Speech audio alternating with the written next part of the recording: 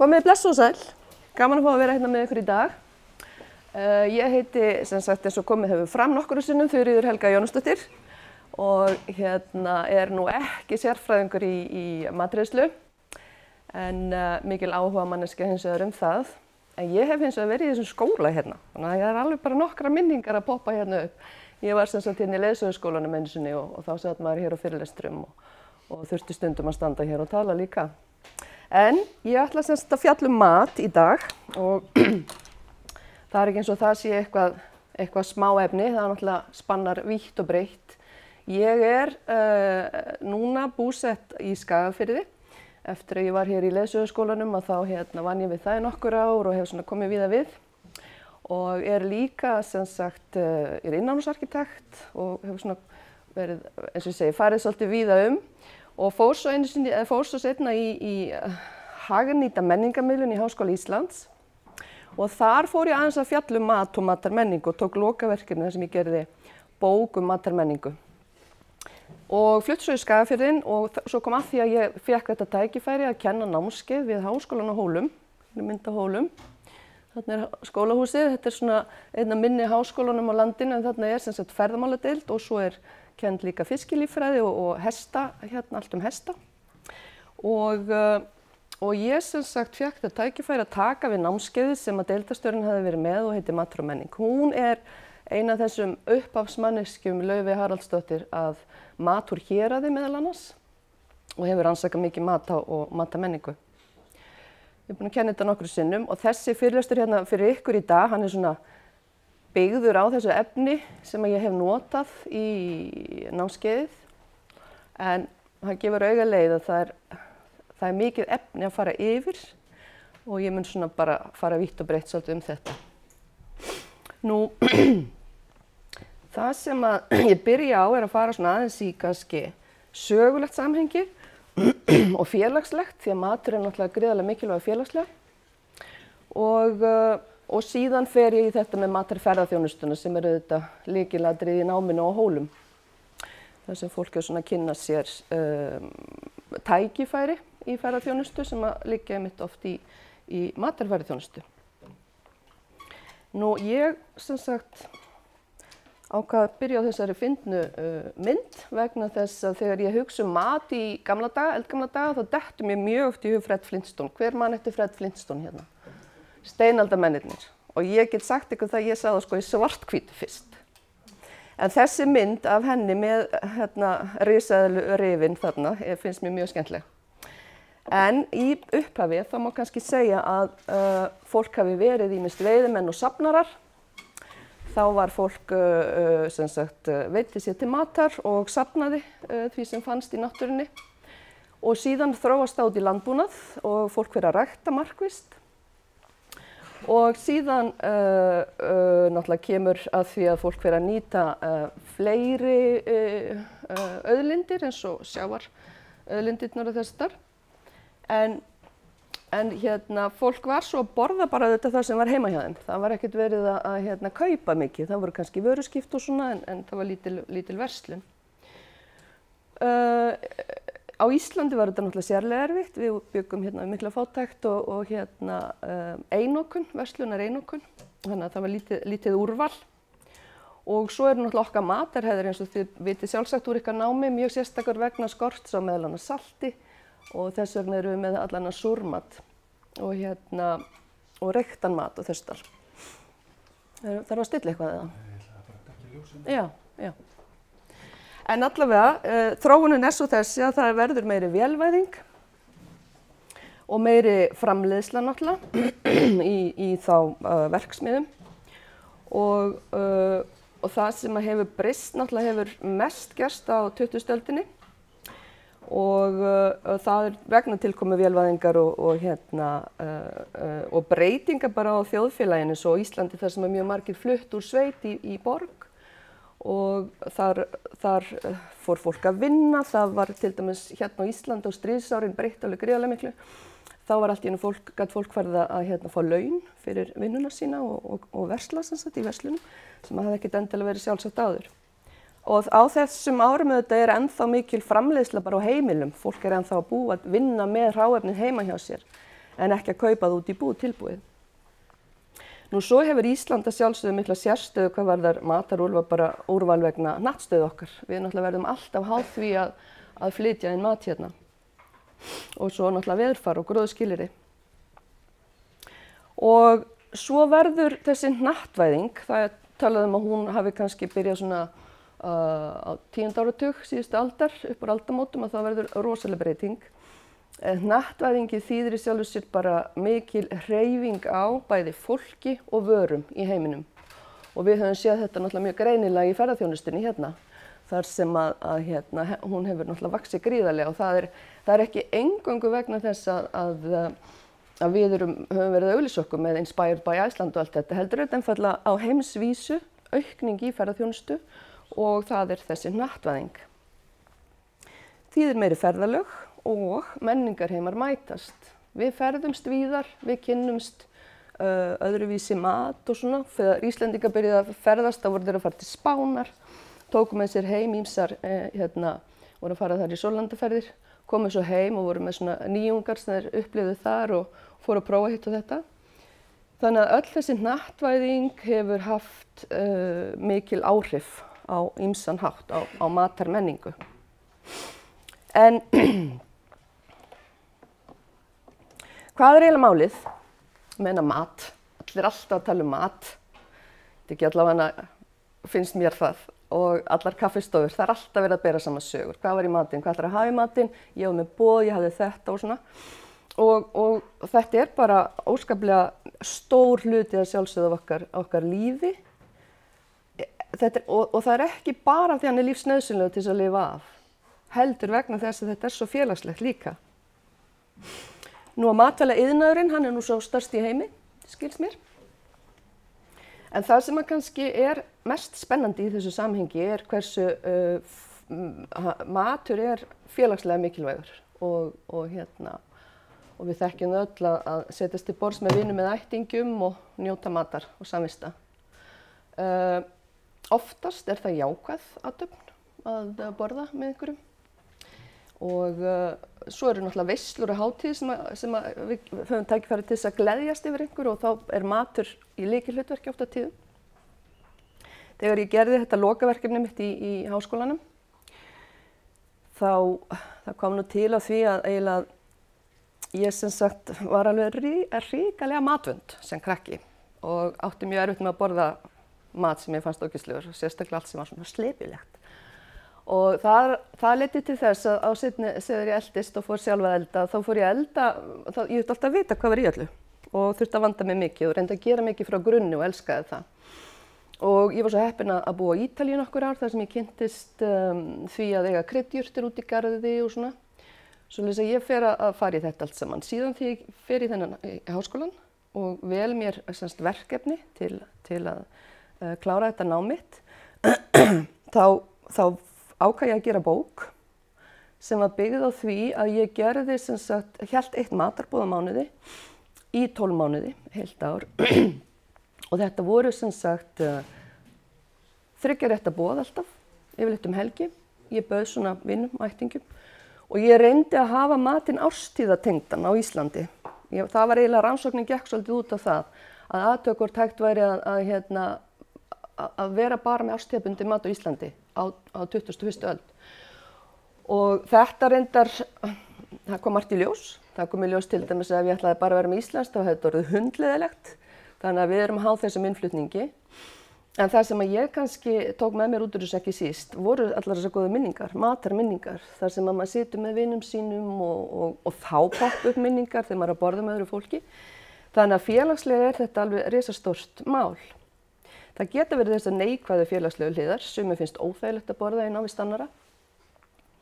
Og svona borðsiðir og reglur geta flækt stundum málin. Við hafið heyrt sögur af því þegar fólk veit ekki hvaðan hnífapöruð á að taka. Þetta getur verið mjög vandræðilegt. En svo er það þetta með matinn að hann sýnir oft hver við erum. Það er að segja, við tökum afstöðu með því að ákveða hvað við borðum og eldum. Við sýnum það með því að neita að borða kjúkling af því að þeir eru einhvern veginn framleiddir einhvern hátt sem okkur líkar ekki til dæmis, eða verða vegan út af umhverfismálum. Þannig að þetta er líka partur af sjálfsmynd okkar, hvað við borðum. Og svo eru náttúrulega miklar andstæður í þessu því að matur getur líka orsaka sjúkdóma og dauða. Þannig að við verðum að borða til að lifa, en við getum líka dáið að því að borða. Eða borða ekki. Því að það er náttúrulega eins og við þekkjum það til ofát, en það er líka til átröskun. Þannig að matur er málið og hefur líka bara verið í tísku. Ég svo sem veit ekki hvenar þessi tíska brast á, en það hafa verið svona celebrity chefs, þið þekkið þetta, Jamie Oliver og fleiri svona sjónvarpskokkar og það verður svo þessi keðjuverkun, allir vilja vera svolítið smart í því sem þeir eru að gera, sko. Maturinn sem þeir eru að elda og svona, og það er aftur orðið partur af sjálfsmyndinni. En ég allavega er, ég ætla að fara, previous, nei. Það var, já, smá yfirlit hérna yfir bara þróunina hérna, mjög frætt. Það sem að hefur orðið, þetta er svona eftir 1945, þar sem að verður þessi mikla vélvæðing í landbúnaði og eins náttúrulega í sjávarútvegi og svo verður þessi þróun matvælakerfa svona á heimsvísu bara og samruni í fyrirtækjum, þannig að við erum með risastóra heildsala og birgja. Og svo koma hérna stórmarkaðskeðjurnar og skilst að Walmart hafi allan að verið svo stærsti. Það verður þessi breyting á neyslumunstri vegna þess að konurnar náttúrulega fara svo mikið út á vinnumarkaðinn og hafa minni tíma, vilja sinna vinnunni og vera fljótar að elda. Þannig að þá er þægilegt að fara í stórmarkaðinn og fyrsti stórmarkaðinn í Íslandi er, ég held að sé 1970 sem að, hvað haldið þið? Hagkaup, sjálfsög. Og þannig að það eru mjög hraðar breytingar þarna á matarmynstri og neyslu fólks. En þetta er svona uppáhaldið mitt, matarminningar. Ég elska þetta. Ég var með nemendur núna í fyrradag á Hólum og þetta er fjarnám sem sagt á Hólum, þannig að þau eru, ég tek upp fyrirlestra og þau læra heima og svo koma þau einu svona önn. Og ég hafði látið þau skrifa minningar, matarminningar og svo settust þau niður og deildum þeim. Og það var svo gaman vegna þess að þegar fólk verður að tala um mat, þá getur það lýst bragði og stemningu og veðri og sá sem að hlustar er að taka á móti, hann finnur þetta. Þetta er alveg ótrúlega skemmtilegt. Einhver hér sem á góða minningu sem að vildi deila? Allavega á ferðalagi þá er þetta eitthvað sem að gerist. Fólk fer og leita sér að upplifun, matarupplifun þess vegna. Ég á margar svoleiðis minningar og svo eigum við þessar minningar á æsku, annarkvort eitthvað eins og ég var að segja eitthvað ráðan með eitthvað ógeðslegt og eins bara eitthvað dásamlegt sem amma gerði alltaf eða eitthvað svoleiðis. Og svo þessi viðburður þegar maður er að borða með einhverjum og þá er það ekki bara maturinn heldur líka umhverfum, einhver sem okkur þykir vænt eða er spennandi eða eitthvað slíkt. Og ég hvet ykkur til þess að velti svo aðeins fyrir ykkur vegna þess að þetta er ótrúlega stór partur af líf okkar að muna mat. Og þegar við komum svo matarferðaþjónustunni þá er þetta náttúrulega lykilatriði. Við viljum að ferðamennirnir okkar fari heim með einhverja stórkostlega minningar um matinn okkar eða hræðilegar. Nú menning, hún er náttúrulega ansi margslungin líka og ég er ekki bara náttúrulega eitthvað svona snobberi eða list eða svoleiðis. Menning er allt, menning er lífið okkar og ég setti nú inn hérna bara skilgreiningu úr orðabókinni og þar segir að menning sé þroski mannlegra eiginleika mannsins, þjálfun mannsins, þjálfun hugans, verklag, kunnátta, andlegt líf, sameiginlegur arfur, venjulega skapar af mörgum kynslóðum. Sem sagt, það sem þið eru að gera hér í skólanum, það er menning. Verklag, kunnátta eins og matseld og sameiginlegur arfur, það getur þá verið uppskriftirnar sem við eigum sem að amma átti eða mamma eða pabbi eða einhver. Það er okkar sameiginlega arfur og eins náttúrulega okkar þjóðlegi arfur líka. Nú, það er margt sem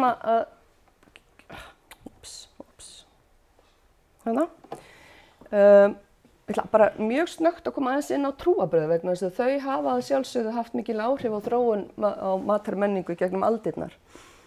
Og hér til dæmis mátti ekki borða hrossakjöt vegna þess að það var bannað í kirkjunni. Fólk dó úr hungri frekar en að borða hrossakjöt. Það var nóg af hrossum, engin matur, en fólk þorði ekki að borða hrossakjöt.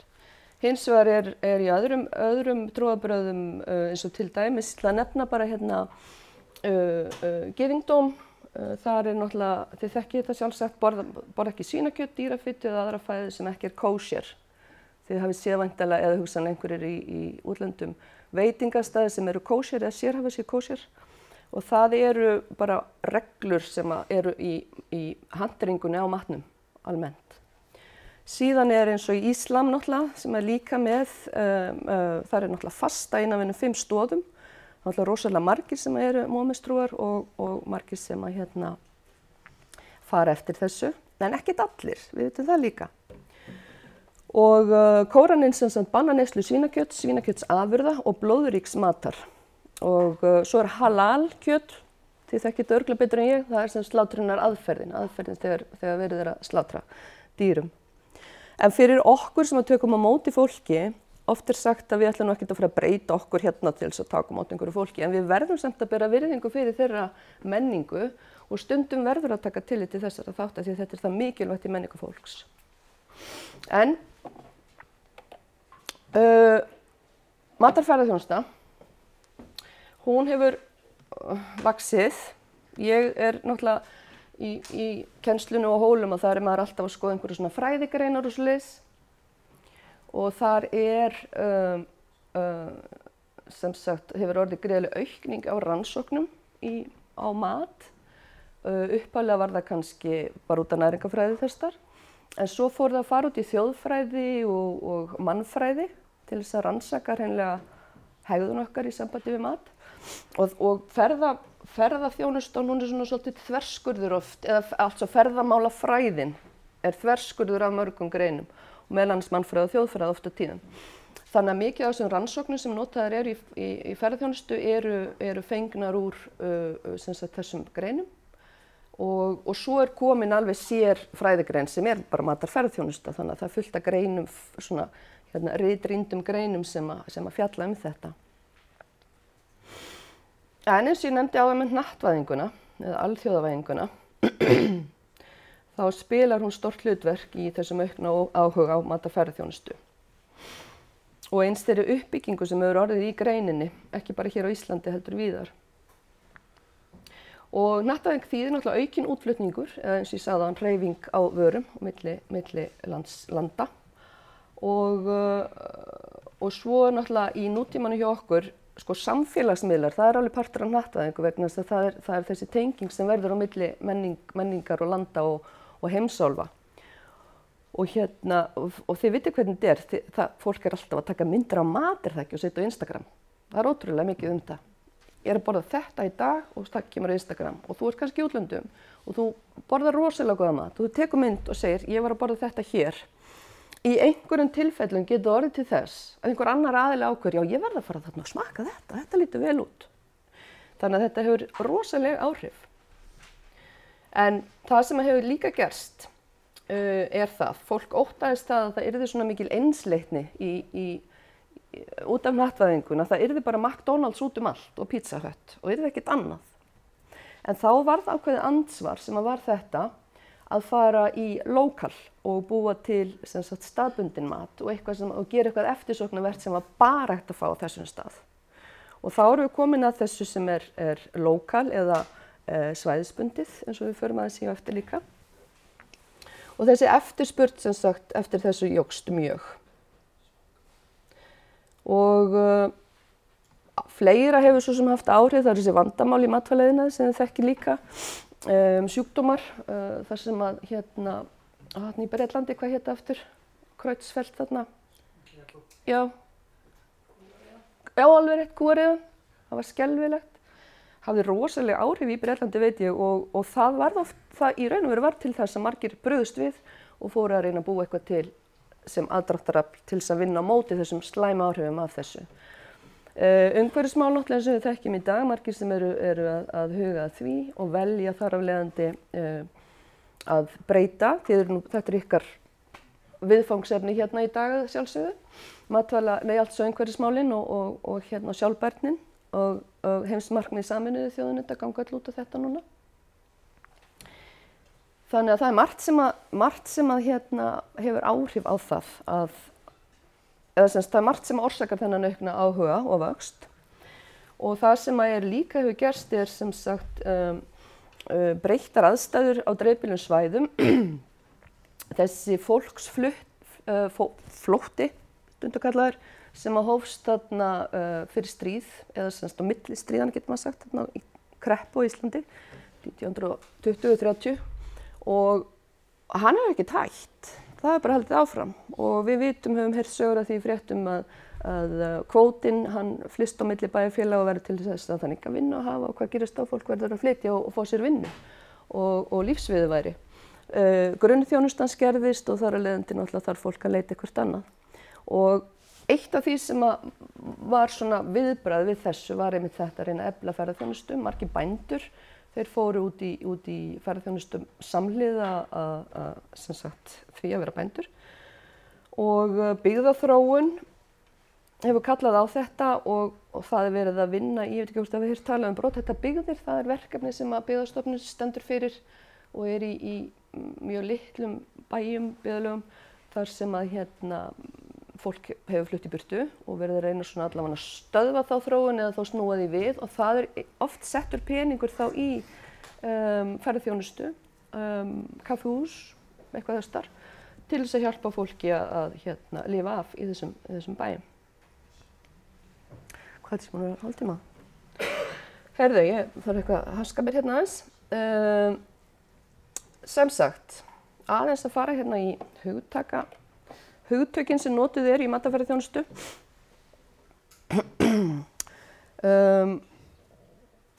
Þetta er oft skarast þetta mikið,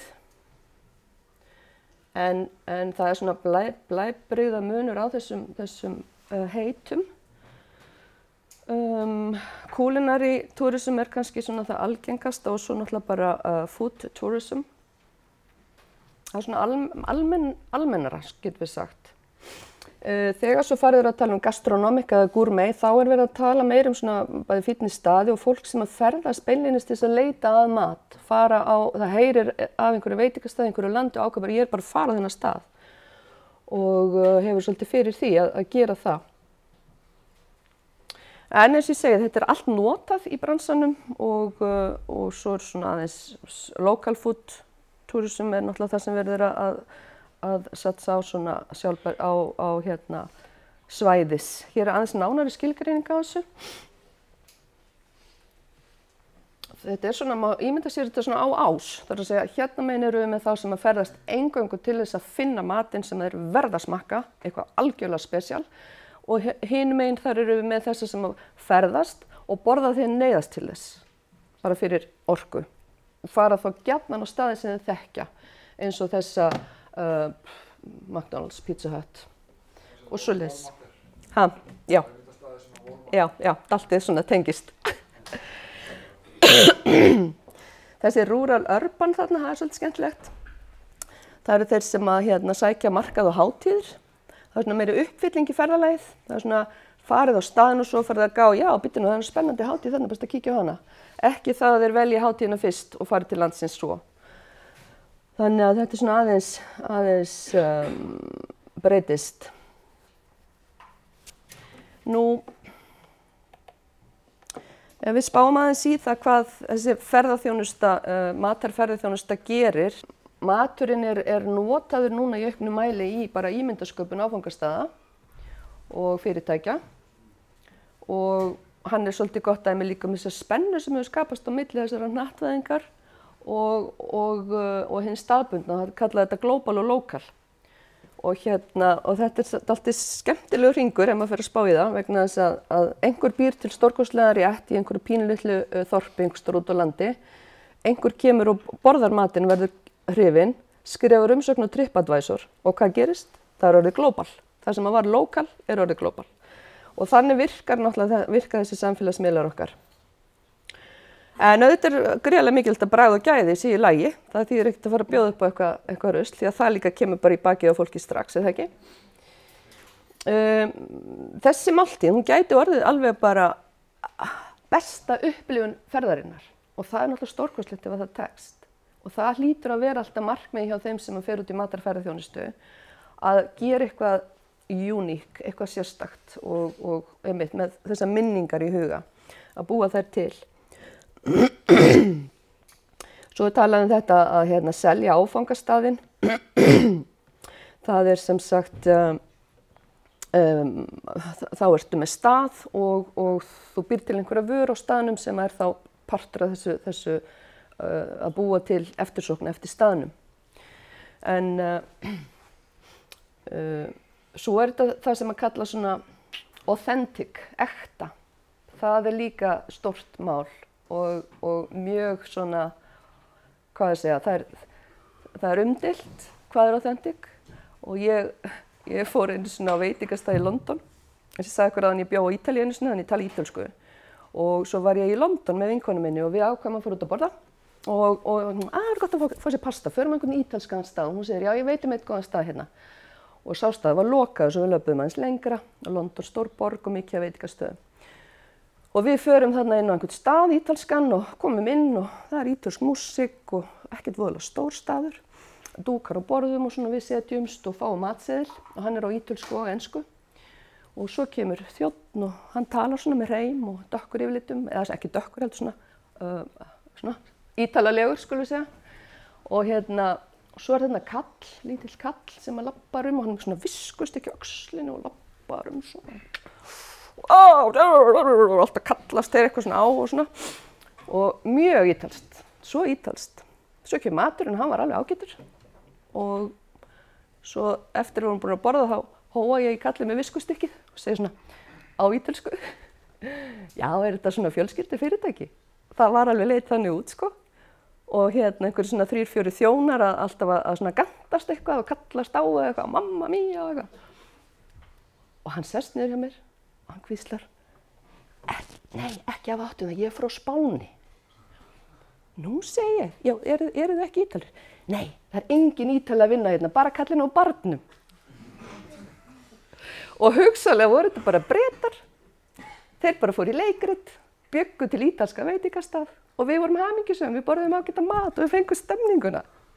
En þetta var ekki authentic kannski. En af hverju ætti ég að geta farið til London og farið á ítalska veitingastað? Þið veitir, það er náttúrulega bara ekkert endilega gefið, sko, heldur. Þannig að mér finnst þetta stundum svona, allt er lýsandi fyrir þetta dæmi, sko.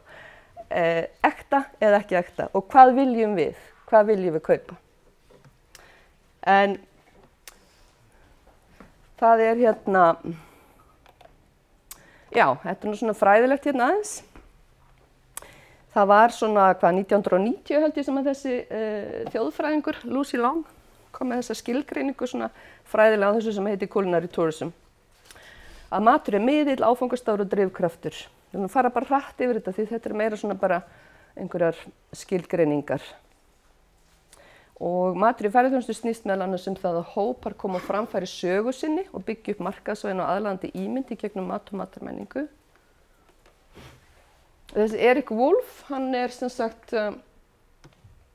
hann er stofnandi og formaður alþjóðlegra samtaka matarferðaþjónustu. Það heitir eitthvað, ég man ekki hvað heitir á ensku, það er allavega ansi stór samtök. Og hann hefur svolítið verið að breiða út þennan boðskap matarferðaþjónustu og það að ferðast í leita að og til að njóta matar og drykkjar. Í þeirri reynslu felst einstök upplifun og minning fyrir ferðamanninn. Og akkurat, minning, lykilatriði. Þetta eru fræðimenn líka sem hafa skrifað matarferðaþjónustu. Þeir segja þetta, matarferðamennska er heimsókn til matvælaframleiðanda einmitt, það þarf ekki endilega að vera veitingastæður. Matvælavinnslu, matarhátíð, veitingastæði eða aðra staði þar sem áhugi á smökkun og eða upplifun á einkennum framleiðslusvæðis er aðalhvati ferðalagsins. En það þýðir ekki að hvaða heimsókn sem sé matarferðamennska. Ég fór nú í ferðir hérna með ítalska hópið mitt á Íslandi á vegum Iceland Travel og það hét, það var svona smakk af Íslandi, ef maður getur þýtt það. Og það fólk, það var bara að kaupa sér rútuferð Ísland. Við vorum í rútu og fórum hringinn á einhverju viku, 10 dögum og stoppað á gistahótelum og borðað og svo stoppað á einhverjum svona stöðum eins og stoppum í kalda bjórbrugginu og síldarminjasafninu þannig að þau voru að fá svona stundum eitthvað smá smak. En þetta var alls ekki aðalatriði fyrir þetta fólk. Þetta var algjörlega bara svona eitthvað, þetta var nánast tilviljun að þau höfðu keypt þessa ferð en ekki bara einhverja fossaferð eða eitthvað. Þannig að þetta ekki alltaf svona endilega þó að sé verið að reyna að búa til þessa pakka að það var ekki endilega fólkið að kaupa það þess vegna.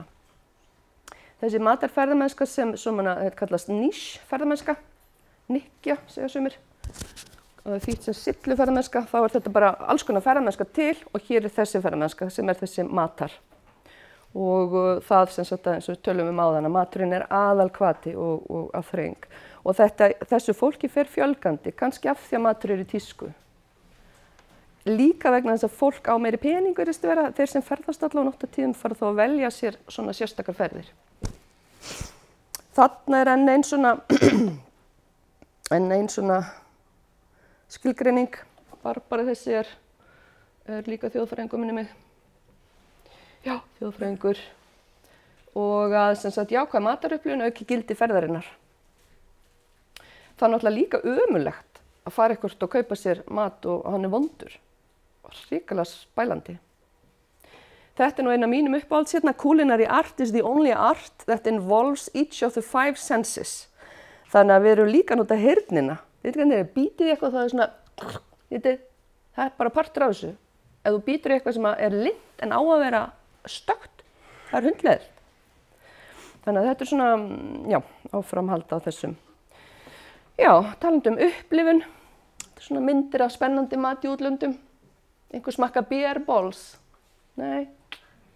En svona, stelpan er að bíta þarna í eitthvað ógeðslegt. Tarantúla. Jam. Nú, þetta eru ekki svið, en þetta er eitthvað líkt sviðum. Þetta er allavega haus að dýri. Og þarna er einhver lítil dýr líka. Ég þori ekki alveg að hugsa hvað þetta er. Langar ekki í þetta. En svo, einmitt, talandi svið. Svið eru ekki endilega sér íslenskt fyrirbrigði. Þau eru til í fleiri löndum. Þið vitið það kannski líka. En þá er það þetta. Hvað er það sem fólk er að sækjast eftir? Það er ekki bara það að borða góða mat. Það er meira. Það er svona þessi upplifun. Og þá erum við að tala um þetta félagslega líka. Og bragða sjá og upplifa. Og ferðamaðurinn vill vera gjarnan þáttakandi. Og þess vegna hafa nú verið settur upp svona food trails og svoleiðis, þar sem fólk getur farið í heimsókn og jafnvel tekið þátt í að búa eitthvað til. Þetta er mjög vandmeðfarið, sérstaklega hvað varðar reglugerður og þess þar. Því að þú náttúrulega getur ekki bara hleypt rútu af túristum inn í verksmiðjuna þar sem þú ert að búa eitthvað til. Það má ekki. Það bara verður að vera gler á milli allavega. Og þar væri ekki hugsanlega hægt að útbúa einhvers konar hot þar sem hægt er að búa til, baka eitthvað eða hvað sem verður að gera í verksmiðjunni. En þetta er auðvitað vandmeðfarið. En þetta er virkilega partur af því sem að ferðamaðurinn vill upplifa. Hann fer á stað og hann vill ekki bara fá eitthvað svona afhent og veit ekkert hvað það kemur, talandi um uppruna. Og langar meira til þess að vera með. Eitt sem er gert hér til dæmis sem mjög vinsælt, það er í hvalaskoðun og sjóstöng, að þá fær fólk sem sagt að elda matinn þegar það kemur í land. Það er mjög vinsælt og mjög sterk upplifun að vera nýbúin að vera með spriklandi fisk á færi og borða hann svo örstuttu síðar. Ég meina, ferskar að verða það ekki. Fólk vil gjarnan geta keypt vörur og minjagripi, en ég veit ekki hvort þið þekkið þá tilfinningu að hafa borðað eitthvað rosalega gott í útlöndum, koma með það heim og það bara smakkast allt öðruvísi, eða reyna að búa það til heima. Það gengur ekki. Þannig að parturinn af þessari upplifun er staðurinn oft á tíðum líka.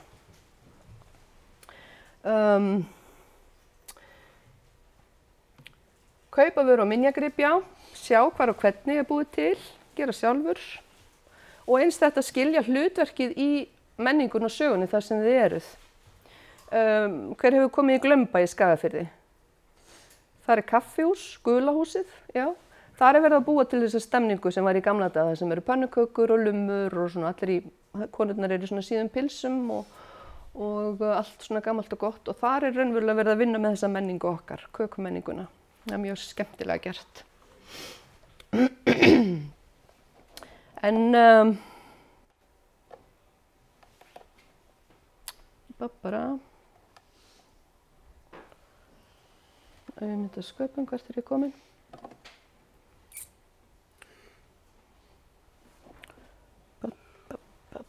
Langt, þarna var þetta. Þarna. Þessi ímyndarsköpun, svæðisbundna, það það sem þið þurfið að vinna hérna með svolítið á eftir, eða svona hluta því. Hér það sem svona í gangi og verið að vinna með núna, hér á Íslandi og víðar. Það verið að vinna í þessari ímyndarsköpun. Klasar hafa verið stofnaðir eins og þið hugsanlega hafið heyrt Þannig að það eru svona, ekki bara héruðin, heldur taka sér saman landshlutar og búa til svona klasa svæðisbundinn mat og ímyndarsköpun. Það er mjög mikilvægt að þetta vinna saman. Þetta er erfitt að vinna í ferðaþjónustu og þess vegna er samstarf lykilatriði. Maður dregur ekki vagnin endalaust einn. Hér það sem kannski svona í gangi, já. Það lítið kannski þessa matarslóða eitt. Einu sem ég veit og hef ekki prófað sjálf, hann á Suðureyri. Þar verið að bjóða upp á svokallað food trail og svo það hérna í Reykjavík líka, þar sem verið að labba með fólk og bjóða leyfa því að smakka hitt og þetta. Ég veit svo sem ekkert á hverju það byggt, hvort að það byggt á einhvers konar menningu eða hefði eitthvað þess að eða hvort það bara verið að gera eitthvað spennandi, ég þekki það ekki. Núna, food trail, já. Utanverðu þá eða, veistu það, öllu. Svæðisgarðurinn á Íslandi. Já, spennandi, frábært. Já. Það mikil gróska út all land og margt að gerast, ég veit ekki helmingin að því, af því að þetta bæði mikið, það verið að stofna alls konar og því miður lifir ekki allt af heldur og hérna þannig að þetta bara þróun sem í gangi. Við erum svo mikið að læra inn á þessi ferðaþjónustu á Íslandi ennþá og þetta líka partur af því. Nú, einstakir veitingastaðir, Kaffi Loki var náttúrulega hérna í Reykjavík mjög snemma með svona þjóðlega mat, sló algjörlega í gegn og gengur mjög vel held ég ennþá. Víðar landið, það til dæmis Selhótel og Mývatni, það svona hlaðborð og það alltaf í horninu bakki með þorramat fyrir fólk að smakka. Maður getur svona sem leiðsögum að svolítið treysta á það, sko. Svo náttúrulega þessi fjós sem hafa opnað, Vogafjós á Mývatni, ekki það. Þá verið að hleypa fólki inn í matvælavinnsluna vissu leyti með þessum glugga sem við tölum og svo fær fólk sem sagt þá að hérna getur kaupa sér að borða. Fleiri staðir, Egilsstaðabúið, þeir eru með hérna framleiðslu og bjóða fólki að skoða eða með svona kynningu aðalega og svo framvegis. Ég ætla ekki alveg að drepa ykkur hérna. Kaffi Kúja. Held ég hafi, akkurat. Þessi myndi bara, veit ekki hvort þetta sést nú ekki nógu vel. Ég sá þessa mynd hjá vinkonum minni í gær. Hún ferðaþjónustaðal í Eyjafirði og grúppan var að hittast á Kaffi Kú á fundi. Og hér platti með svona brúskettum og sjálfsagt afurðnar úr fjósinu að einhverju leyti og svo fjósið þarna bakvið. Huggulegt. Margir svona skemmtilegi staðir. Ímyndarsköpun áfram. Matarauður Íslands, það var stofnað fyrir einhverjum árum síðan og mjög spennandi þar sem verið að halda utan allt mögulegt sem varðar matarauðin okkar. Bæði, ekki bara í ferðaþjónustu, bara allsherjar og algjörlega þess virði að skoða. Ég ætla að benda ykkur að nýta þá eftir í verkefninu sem við förum í. En það einmitt gengur svolítið út á þetta að nýta aukinn ferðamannastraum til þess að búa til ný tækifæri. Auka þá bæði tækifæri þeirra sem vilja vinna með svæðisbundinn mat og þessi aukna gæða og umhverfisvitund ferðamanna, þar að segja fólki farið að gera miklu meiri kröfur og það náttúrulega líka af því að það hefur TripAdvisor til þess að kvarta á ef illa fer, sko. Og eins þetta nýta áhuga vöruþróun, umbótum og nýsköpun og já. Býttu nú við, já, ég ætla nú bara að fara hratt í þetta. Þetta dreifbýlið bara aðeins. Þetta var sem sagt í ákveðið að styrkja efnahagssvæða sem búa við fólksfækkun, þetta með byggðastefnu sem ég var að tala áðan.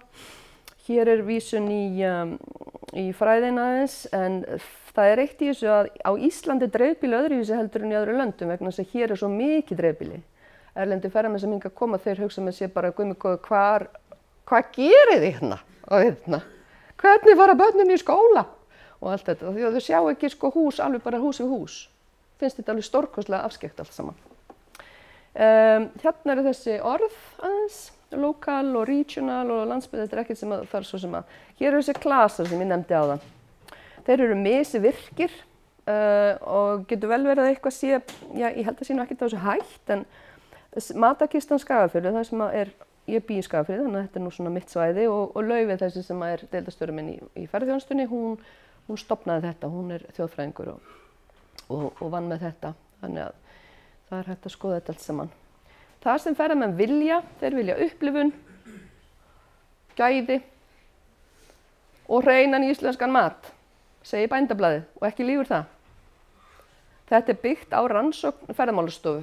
Ferðamálastofu alltaf með rannsóknir á öllum mögulegum og svo líka komið hérna á Akureyri, hvað heitir það, rannsóknarsetur ferðaþjónustunnar, ef maður ekki alveg það eitthvað svo leiðis.